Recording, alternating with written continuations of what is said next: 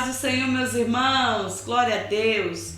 Como é bom estar aqui com os irmãos, meditando na palavra do Senhor, crescendo em graça e também no conhecimento da palavra de Deus. Hoje eu quero falar um pouco acerca do silêncio de Deus. Eu digo que esse é um dos momentos mais difíceis da vida de um cristão, é o momento do silêncio de Deus. É quando você clama e você tem a impressão de que Deus não vai te responder. É quando você ora e você não obtém resposta alguma. É quando você bate na porta e a impressão que você tem é que não tem ninguém do outro lado para abrir a porta para você. Quando eu leio em Jó, no capítulo 30, versículo de número 20, eu percebo que Jó tem essa mesma impressão quando ele enfrenta o silêncio de Deus. Olha a sua declaração: clamo a ti e não me respondes. Estou em pé, mas apenas olhas para mim. A percepção de Jó é que Deus está muito longe, distante, o contemplando, ao ponto de não ouvi-lo e não respondê-lo. Você já enfrentou esse momento? Esse momento em que você precisa ouvir a voz de Deus para uma direção que você precisa tomar e você não consegue ouvir a voz de Deus. Momento em que você clama e você precisa que o Senhor fale com você e de repente você não ouve a voz de Deus, Deus não fala com você. Esse momento eu chamo de silêncio de Deus. E como enfrentar esse momento? O que fazer diante desse momento? Quando eu olho para a palavra de Deus, eu vou enxergar alguns exemplos bíblicos de pessoas que enfrentaram o silêncio de Deus e eu vou trazer algumas lições para a minha vida. Uma delas está em Mateus, no capítulo 17, e a partir do versículo 22, a mulher cananeia. A Bíblia diz que essa mulher, ela se aproxima do Senhor e ela clama: Senhor, filho de Davi, tem compaixão de mim. Minha filha está horrivelmente endemoniada. Olha o que diz o versículo 23. Ele, porém, não lhe respondeu palavras. Ao ponto que os discípulos de Jesus se aproximam de Jesus e peçam para que Jesus se despede daquela mulher. Por que será? Porque ela estava incomodando, insistindo, gritando, clamando: Jesus, filho de Davi, tem misericórdia de mim.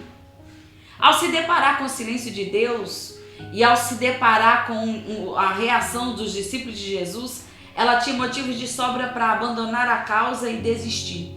Mas ela nos dá algumas lições quando ela insiste, clamando ao Senhor.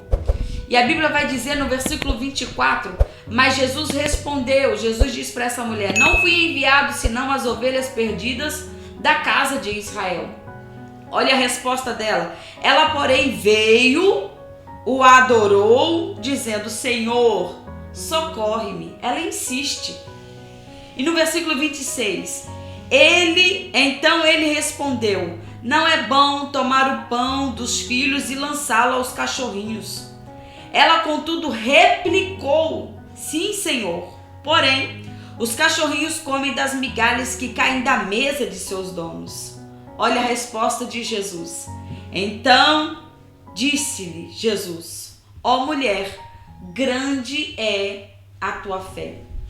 Eu vejo a insistência dessa mulher diante do silêncio de Deus. Ela poderia parar, desistir, mas ela sabia o tamanho da sua necessidade. Quem sabe do que você precisa é você. Quem sabe do milagre que você precisa é você.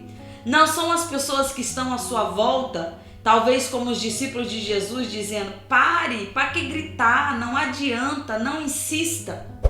E é por isso que, como ela precisava de um milagre, como ela sabia a sua real necessidade, ela não dá ouvidos a quem está ali insistindo para que pare de orar, pare de clamar, pare de interceder.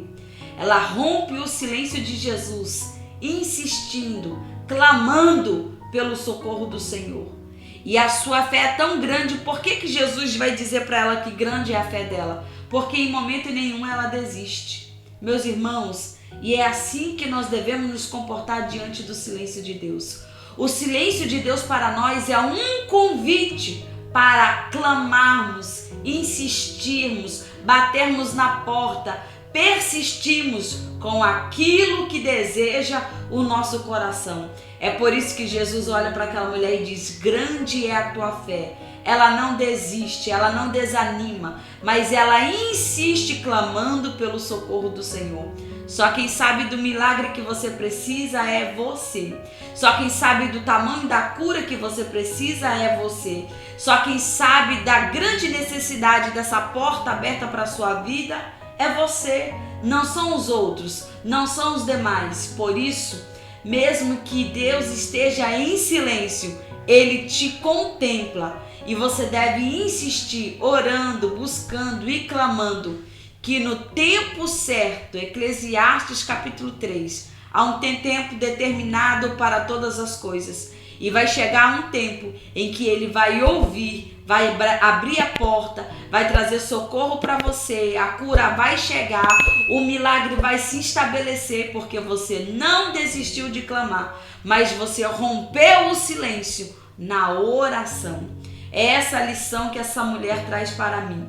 Persistir, insistir e não desistir jamais do milagre que eu preciso e que você precisa. Amém? Vamos orar? Senhor, em nome de Jesus, eu te glorifico por esta palavra. Eu oro para cada um dos meus irmãos que ouviu e aprendeu, Senhor, a enfrentar esse momento de silêncio na nossa vida espiritual. Momento em que desejamos, Senhor, ouvir a Tua voz e não conseguimos ouvir. Mas nós sabemos que o Senhor é um Deus que nos contempla. E no momento certo e no momento oportuno, agirá em favor da nossa causa, em favor daquilo que deseja o nosso coração. Ó Deus, inclina os Teus ouvidos ao nosso clamor. Inclina os Teus ouvidos ao nosso pedido de socorro. E nos socorre, ó Pai. Assim eu oro e te agradeço, em nome de Jesus. Amém, meus irmãos? Deus abençoe.